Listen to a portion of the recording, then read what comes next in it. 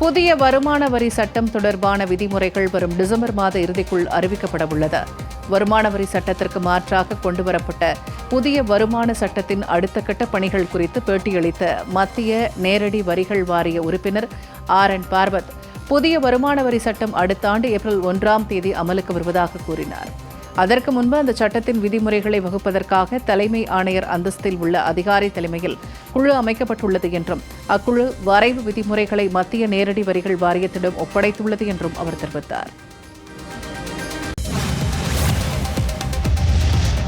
கர்நாடக அரசு மேகதாட்டுவில் அணை கட்ட முயற்சிப்பதை சட்டவிரோதம் என மத்திய அரசு அறிவிக்க கோரி தமிழ்நாடு விவசாயிகள் டெல்லியில் ஆர்ப்பாட்டத்தில் ஈடுபட்டனர். ஜந்தர் மந்தர் பகுதியில் தமிழ்நாடு அனைத்து விவசாயிகள் சங்கங்களின் ஒருங்கிணைப்பு குழு தலைவர் PR பாண்டியன் தலைமையில் ஆர்ப்பாட்டத்தில் ஈடுபட்ட விவசாயிகள் கோரிக்கையை வலியுறுத்தி முழக்கங்கள் எழுப்பினர்.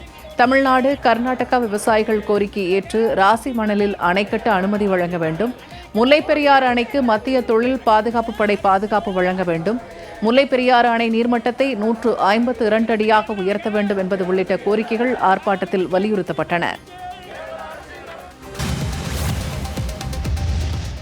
கிருஷ்ணகிரி மாவட்டம் ஹொசூரில் முன்விரோதம் காரணமாக இளைஞர் கொலை செய்யப்பட்ட வழக்கில் காவல்துறையினர் 4 பேரை கைது செய்தனர்.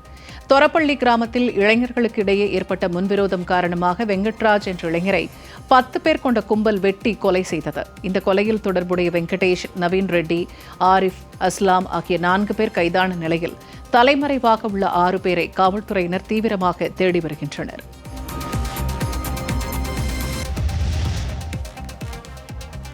சேலம் மாவட்ட மேட்டூர் அணைக்கு நீர்வரத்து 6871 கன அடியாக குறைந்துள்ளது.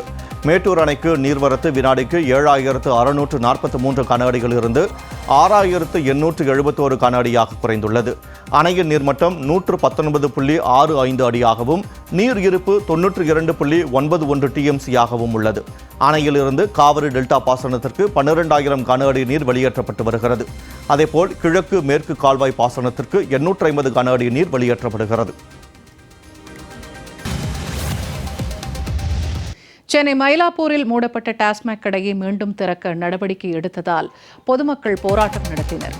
மயிலாப்பூர் ரயில் நிலையம் அருகே செயல்பட்டு வந்த டாஸ்மாக் கடை கடந்த சில ஆண்டுகளுக்கு முன்பு மக்களின் கோரிக்கையை ஏற்று மூடப்பட்டது. தற்போது அந்த டாஸ்மாக் கடையை மீண்டும் திறக்கப்படுவதற்காக மதுபானங்கள் உள்ளே எடுத்து செல்லப்பட்டன. இதனால் ஆத்திரமடைந்த பகுதி மக்கள் 100க்கும் மேற்பட்டோர் டாஸ்மாக் கடையை திறக்கக்கூடாது என போராட்டத்தில் ஈடுபட்டனர்.